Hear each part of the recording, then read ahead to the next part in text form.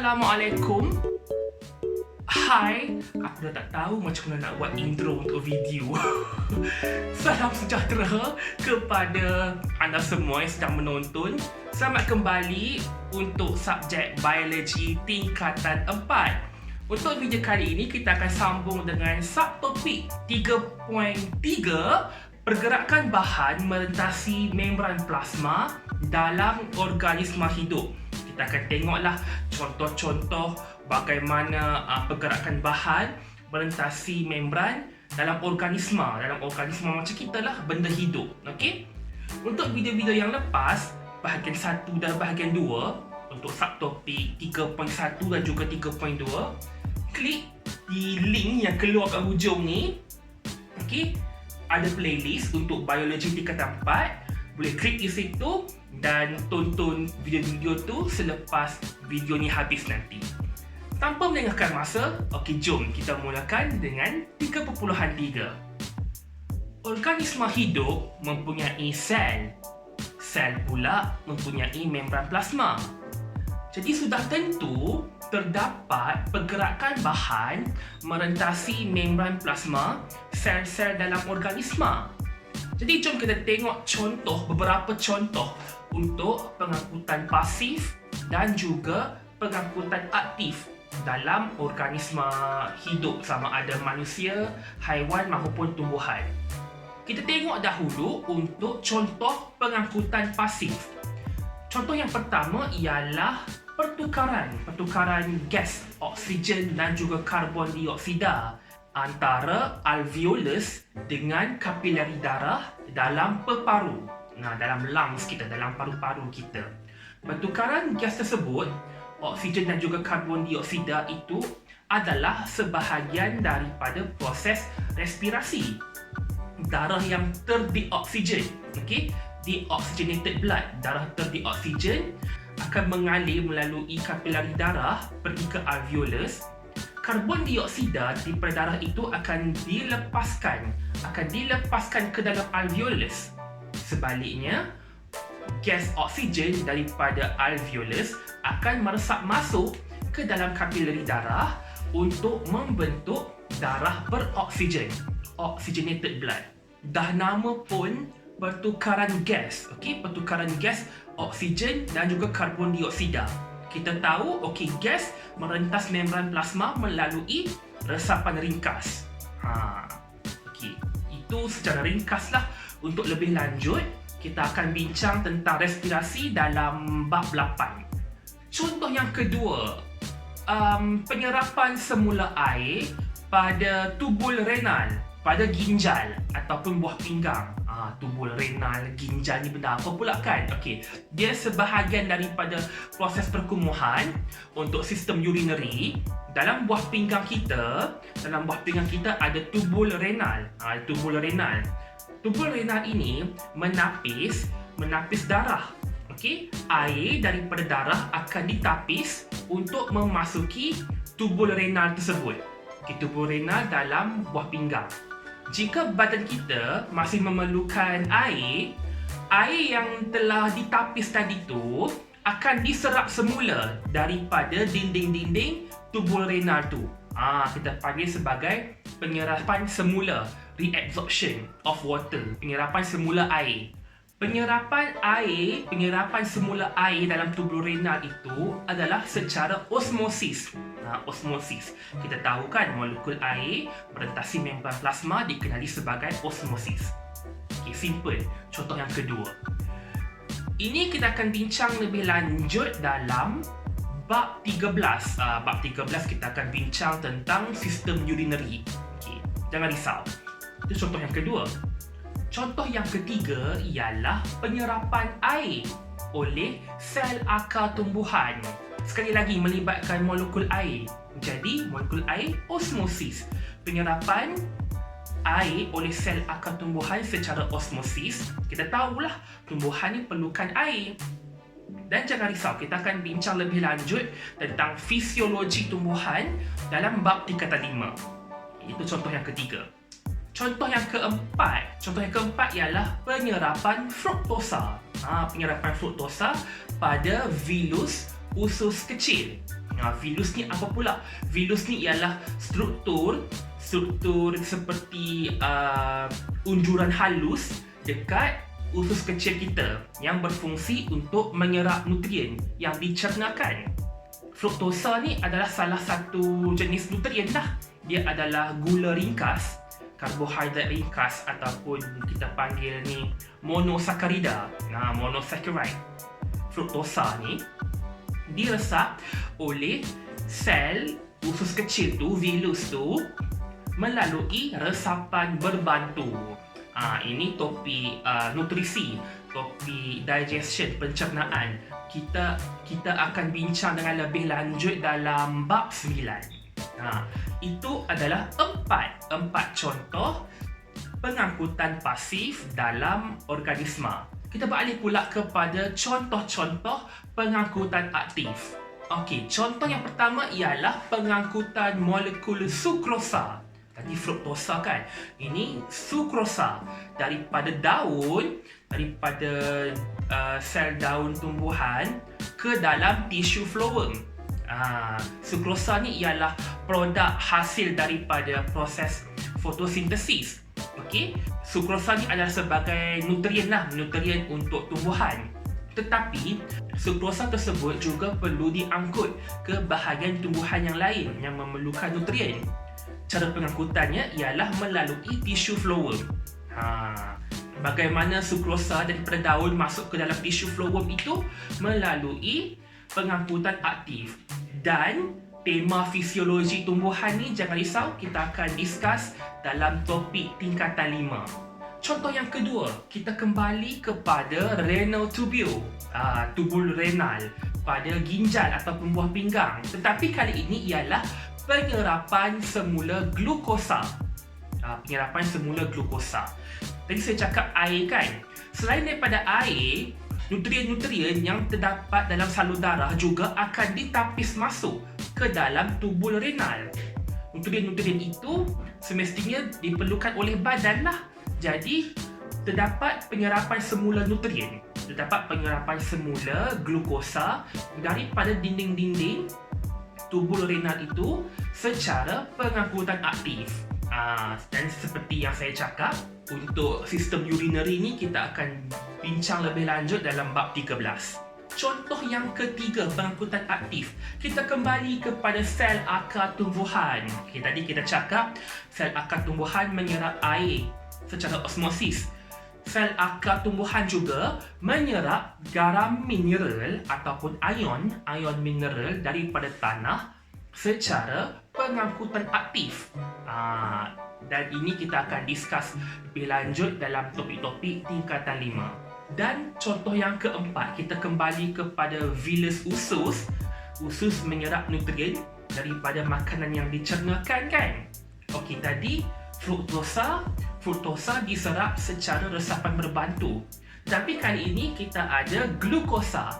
Glukosa dan juga asid amino, juga nutrien. Glukosa dan asid amino diserap secara pengangkutan aktif oleh vilus dalam usus kita. Dan seperti yang saya cakap tadi, untuk bab pencernaan ni, digestion, kita akan bincang dalam bab 9. Itu sahaja. Itu sahaja. Ada 4 contoh pengangkutan pasif, 4 contoh pengangkutan aktif. Untuk exam penggal ke exam pertengahan tahun ke, kenalah hafal sikit kan. Tetapi kalau masih tidak faham mekanisme ataupun proses yang lebih detail, jangan risau, sebab macam saya cakap, kita akan bertemu semula dengan sistem-sistem itu, dengan mekanisme-mekanisme itu dalam bab-bab yang seterusnya. Sekarang saya nak bercakap tentang jenis-jenis larutan. Jenis-jenis larutan melalui konsep osmosis dan juga keupayaan air. Kan? Osmosis, keupayaan air, kita boleh klasifikasikan larutan, tak kisahlah larutan yang semula jadi yang ada dalam sel, maupun larutan yang kita buat sendiri. Larutan-larutan itu kita boleh klasifikasikan kepada 3 jenis, iaitu isotonik, hypotonik dan juga hypertonik. Apa ni tonik-tonik ni kan? larutan isotonik ialah larutan yang mempunyai kepekatan yang sama dengan satu larutan yang lain. Bermaksud kedua-dua larutan di kedua-dua belah membran adalah isotonik terhadap satu sama lain.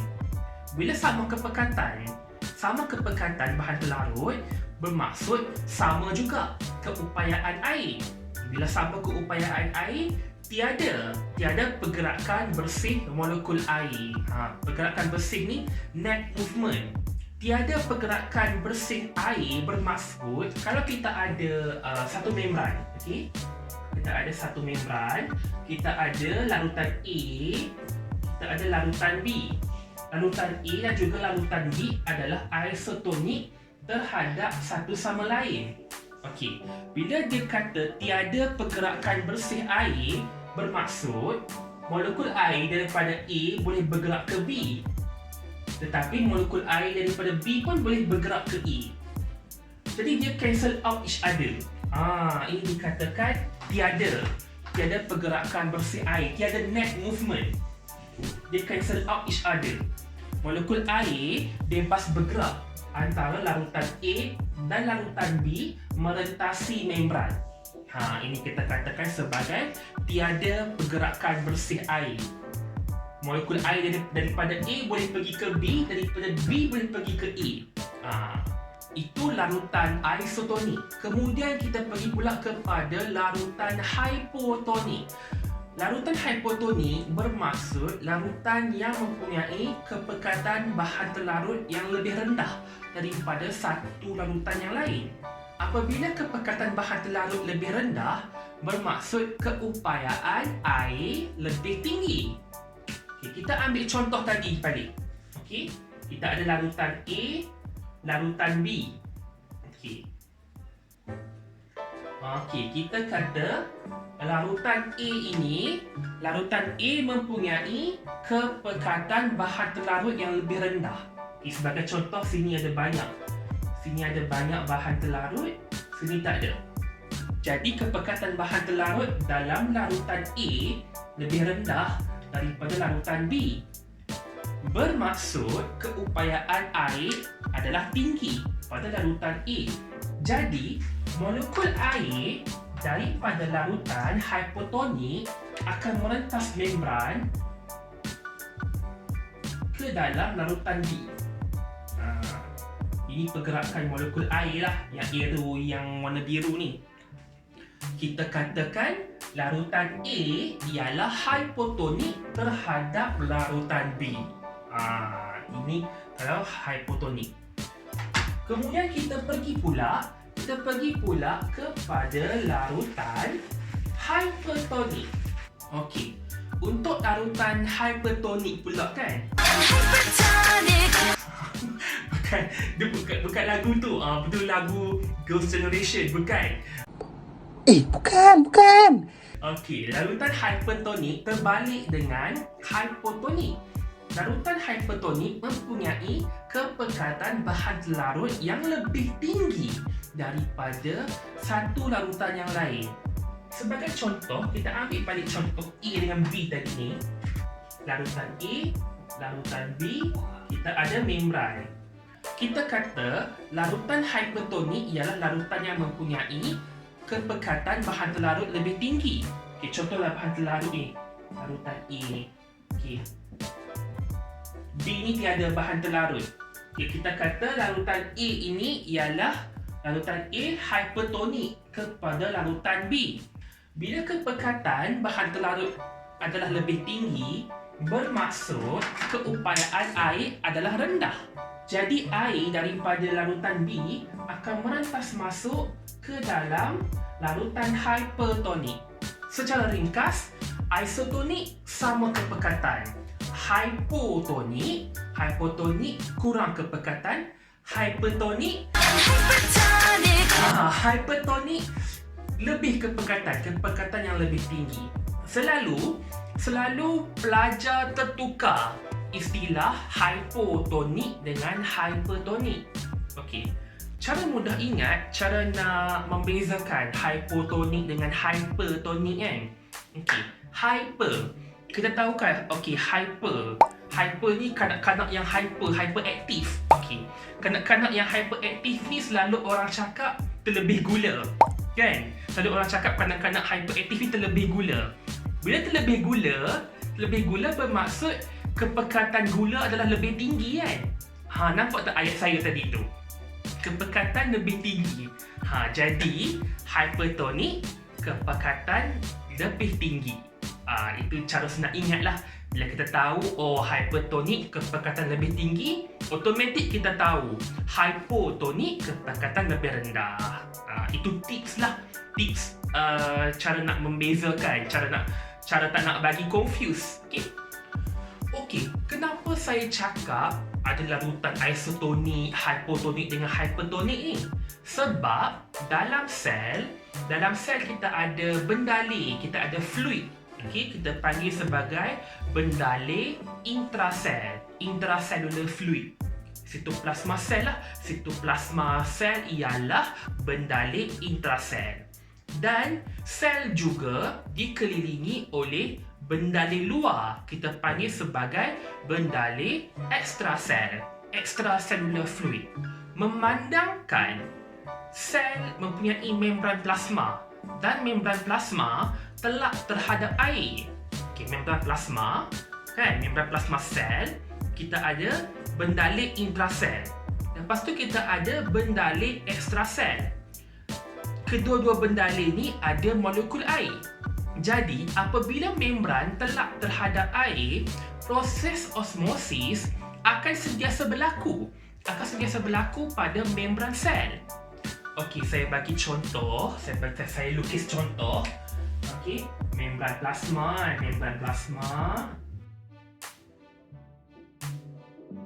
Membran plasma ni dalam sel, ni luar sel. Okey. Ini sitoplasma ataupun bendaleh intrasel. Ini luar sel,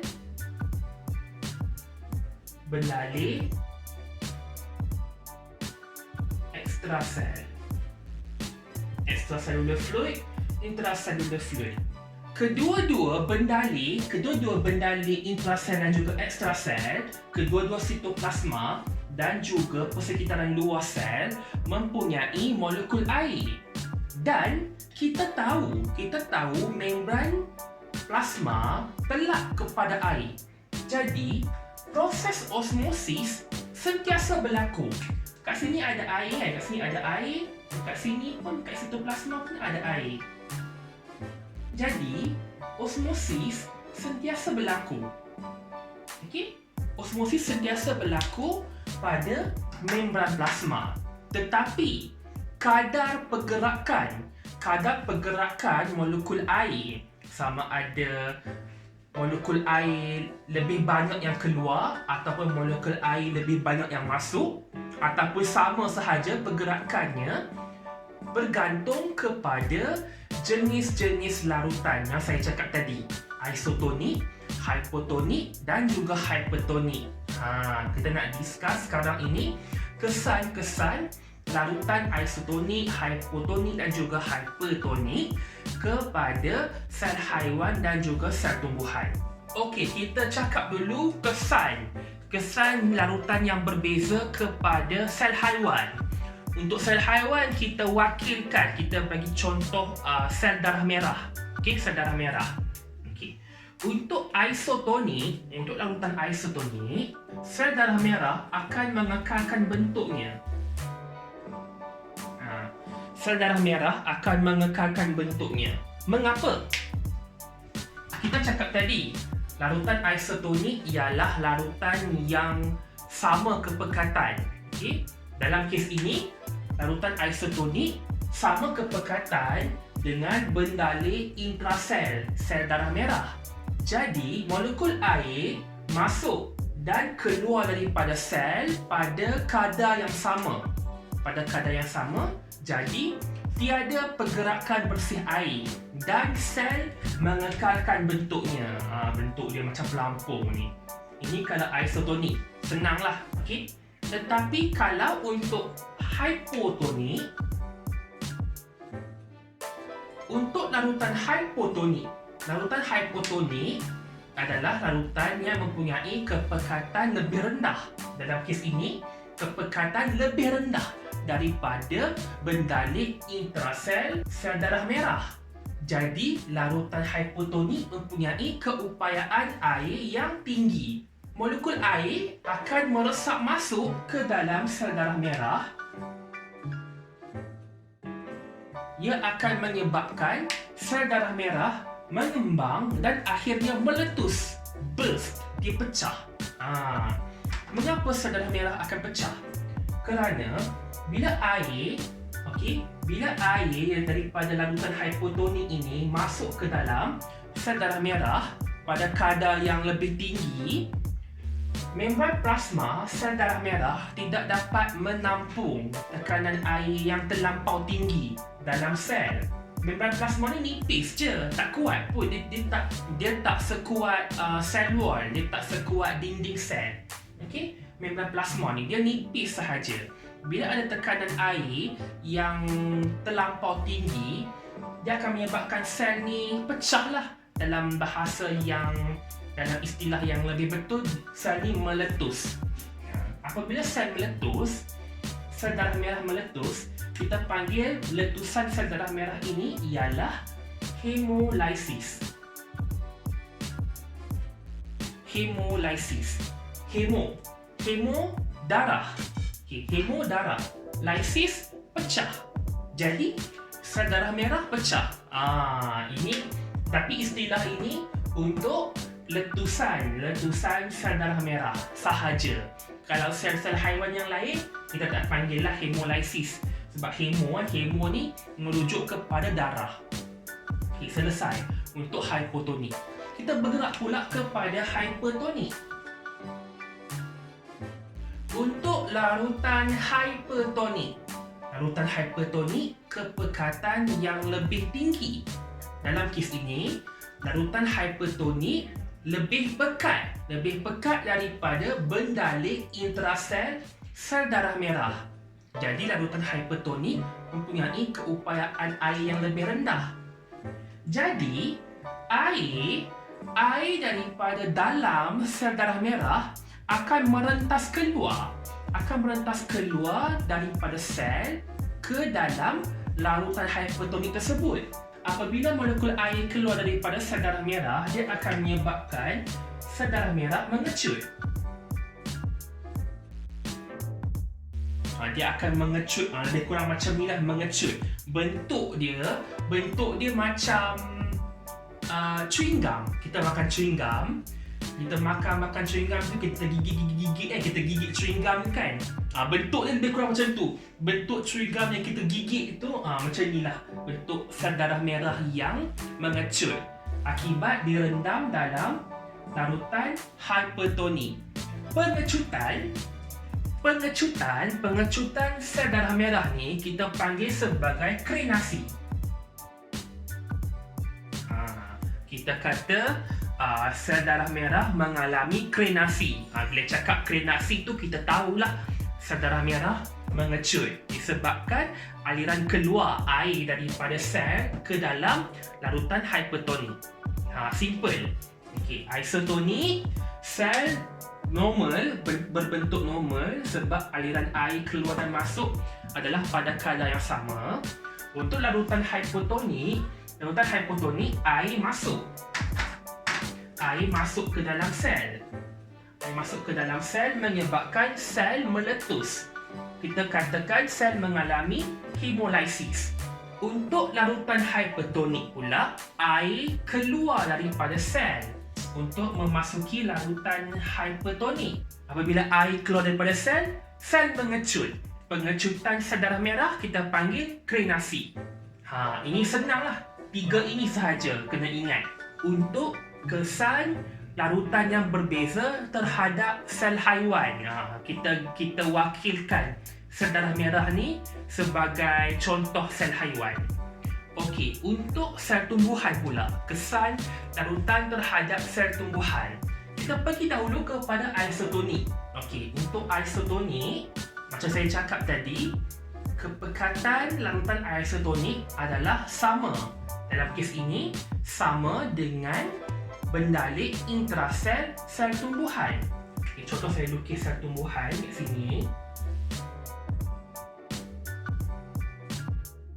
Dalam larutan isotonik, benda yang sama dengan kesan sel haiwan. Air keluar dan masuk daripada vakul pada kadar yang sama. Tapi kita tak cakap sel tumbuhan ni berbentuk normal. Kita kata sel tumbuhan berada dalam keadaan flasid. Flasid ni dalam English dia flaccid lah, F-L-A-C-C-I-D, flaccid. Flaccid ni bermaksud lembut ataupun lembik. Dalam larutan isotonik, sel tumbuhan akan berada dalam keadaan flaccid. Tapi flaccid ataupun lembik ni bukan layu lah, dia bukan layu. Dia lain. Layu kita cakap lepas ni. Dia lembik tetapi dia bukan lembik sepenuhnya, dia bukan layu sepenuhnya. Tak, dia cuma lembik sahaja. Kemudian larutan hipotonik. Macam biasa kita tahu larutan hipotonik mempunyai kepekatan lebih rendah daripada bendalik intrasel sel tumbuhan. Jadi ia mempunyai keupayaan air yang lebih tinggi. Jadi air daripada larutan hipotonik akan meresap masuk ke dalam vakul dan menyebabkan vakul mengembang. Apabila vakul mengembang, ia menolak sitoplasma dan juga membran plasma ni ke tepi. Dia kembang, bila vakul ni kembang, dia tolak membran plasma ni dengan sitoplasma ni rapat dekat dinding sel. Kita panggil sekarang ni sel berada dalam keadaan segah, teji. Bila kita cakap sel menjadi segah ni, bermaksud sel ni kembang lah. Sel ni kembang disebabkan oleh vakul. Vakul yang mengembang dan terisi dengan banyak air. Tetapi sel tumbuhan tak meletus. Kalau tadi kan sel darah merah meletus kan dalam larutan hipotonik. Tapi untuk sel tumbuhan tak meletus. Sebab sel tumbuhan mempunyai dinding sel yang mengekalkan bentuk sel dan strukturnya kuat. Kuat untuk menampung tekanan air dalam vakul ni. Okey. Itu kalau hipotonik. Kemudian hipertonik. Okey. Untuk hipertonik, kepekatan bahan pelarut hipertonik adalah lebih tinggi daripada bendalik sel tumbuhan. Jadi, keupayaan airnya adalah lebih rendah. Air daripada vakul sel tumbuhan akan meresap keluar daripada sel. Okey?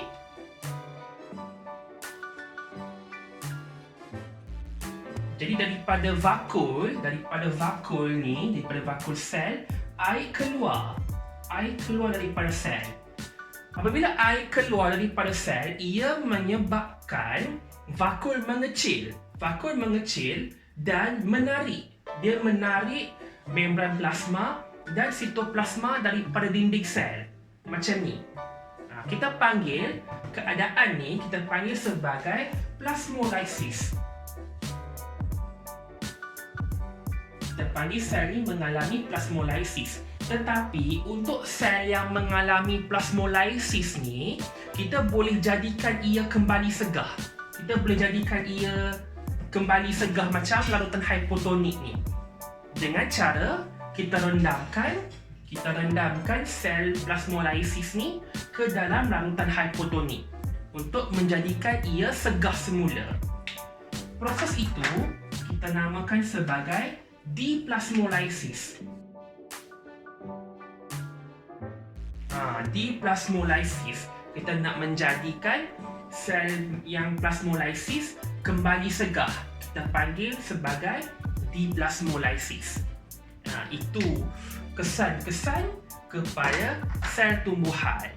Okey, kalau tak percaya, betul ke kesan isotonik hipertonik dengan hipotonik ni macam ni dekat sel haiwan dengan sel tumbuhan kan?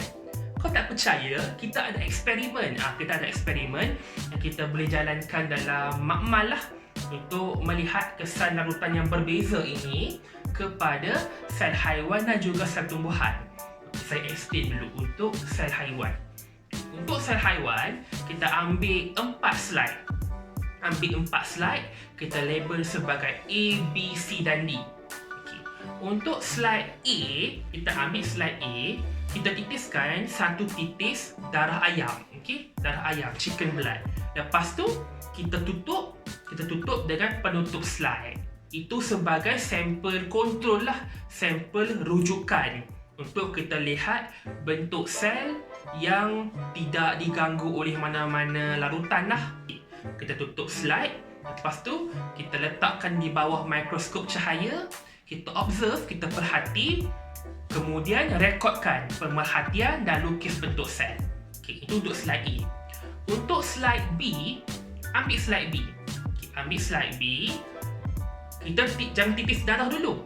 Titiskan air suling, titiskan 1 titis air suling ke atas slide B.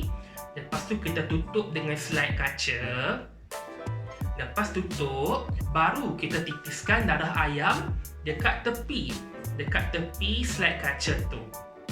And then ambil kertas turas, filter paper, letak dekat hujung lagi satu untuk serapkan darah itu ke bawah penutup slide tu.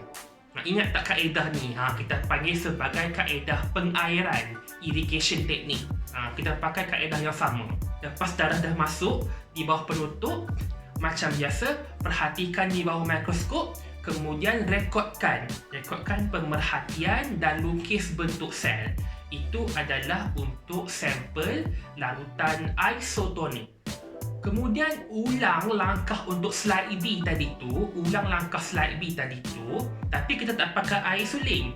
Gantikan air suling dengan larutan natrium klorida, sodium chloride solution dengan molariti 0.15 molar untuk slide C. Itu sebagai sampel isotonik. Dan untuk slide D pula, gantikan dengan 0.5 molar larutan natrium klorida. Okey, itu untuk slide D, itu sebagai sampel larutan hypertonik. Okey, dan benda yang samalah, letakkan di bawah mikroskop, kemudian rekodkan pemerhatian. Selesai untuk eksperimen kesan larutan terhadap sel haiwan. Kita pergi pula kepada kesan larutan terhadap sel tumbuhan. Okey, untuk sel tumbuhan ni 3 slide saja kita perlukan. Okey, ambil 3 slide, kita label A, B dan C. Ambil slide A, kemudian kita titiskan dengan air suling. Kita titiskan 1 titis air suling atas slide A, letak tepi dulu. Selepas itu, kita kupilkan 1 lapisan nipis epidermis bawang. Ingat tak uji kaji untuk uji kaji untuk pemerhatian sel tumbuhan yang pakai sel bawang kan? Okey, ambil forceps, kita kupilkan 1 lapisan epidermis bawang. Selepas itu, kita letakkan di atas air suling slide A itu, baru kita tutup. Okey, itu adalah untuk sampel larutan hypotonik. Kita ambil sampel itu, kita observe, kita perhatikan di bawah mikroskop, rekodkan, kita perhatikan, kita rekodkan pemerhatian. Okey, selesai. Itu slide A. Untuk slide B pula, kita ambil slide B. Lepas tu kita kupilkan lagi 1 lapis. Kita ambil lagi 1 lapis epidermis bawang. Kita letak terus. Kali ni kita ada air suling. Kita letak terus dekat atas slide B tu. Kita tutup. Lepas tutup, kita titiskan dekat tepi penutup slide tu dengan 0.5 molar larutan sukrosa. Kali ni kita pakai larutan sukrosa. Selepas itu, kita buatlah kaedah pengairan. Kita ambil kertas turas, kita letak kat tepi hujung lagi 1 penutup tu, kita bagi larutan sukrosa 0.5 molar tu ke bawah penutup slide. And then kita perhatikan bawah mikroskop. Selepas itu, kita rekodkan pemerhatian. Ulang langkah untuk slide B itu, okey, dengan menggunakan, kali ini kita tak pakai 0.5 molar, tapi kita gantikan dengan 1 molar. 1 molar larutan sukrosa untuk slide C. Ini adalah untuk mewakili sampel hypertonik. Ulang langkah yang sama, perhatikan bawah mikroskop, rekodkan pemerhatian. Itu sahaja, simple sahaja untuk eksperimen melihat kesan larutan isotonik, hipotonik dan juga hypertonik kepada sel haiwan dan juga sel tumbuhan. Selesai untuk subtopik 3.3. 3.3. Ada lagi satu eksperimen menggunakan ubi kentang, tetapi itu saya pindahkan untuk next video, untuk video yang seterusnya, sebab dia berkaitan dengan subtopik 3.4. Jadi kita akan sambung dalam next video dengan subtopik 3.4 dan juga eksperimen ubi kentang tu. Seperti biasa, di dalam description box di bawah saya ada sediakan link Google Form untuk kuis latihan kefahaman. Boleh try jawab dan boleh tahu on the spot soalan mana salah, soalan mana betul. Okey, untuk subtopik 3.3, untuk subtopik video kali ini. Senang je, kita dah tahu. Okey, untuk kesan kepada sel haiwan macam ni, untuk kesan kepada sel tumbuhan macam ni. Simple sahaja. Untuk sebarang komen ataupun soalan ke korang nak tanyakan, tak hanya sahaja dekat comment section di bawah, saya akan cuba jawab. Kalau saya boleh jawab, saya akan cuba jawab. Untuk video-video yang lebih menarik daripada channel ini, korang boleh klik di sini. Dan kepada yang belum subscribe tu, boleh subscribe dengan klik di sebelah sini. Okay? Kalau suka video ni, jangan lupa like dan juga share kepada rakan-rakan yang lain. Kita jumpa lagi dalam video yang akan datang. Bye-bye. Assalamualaikum.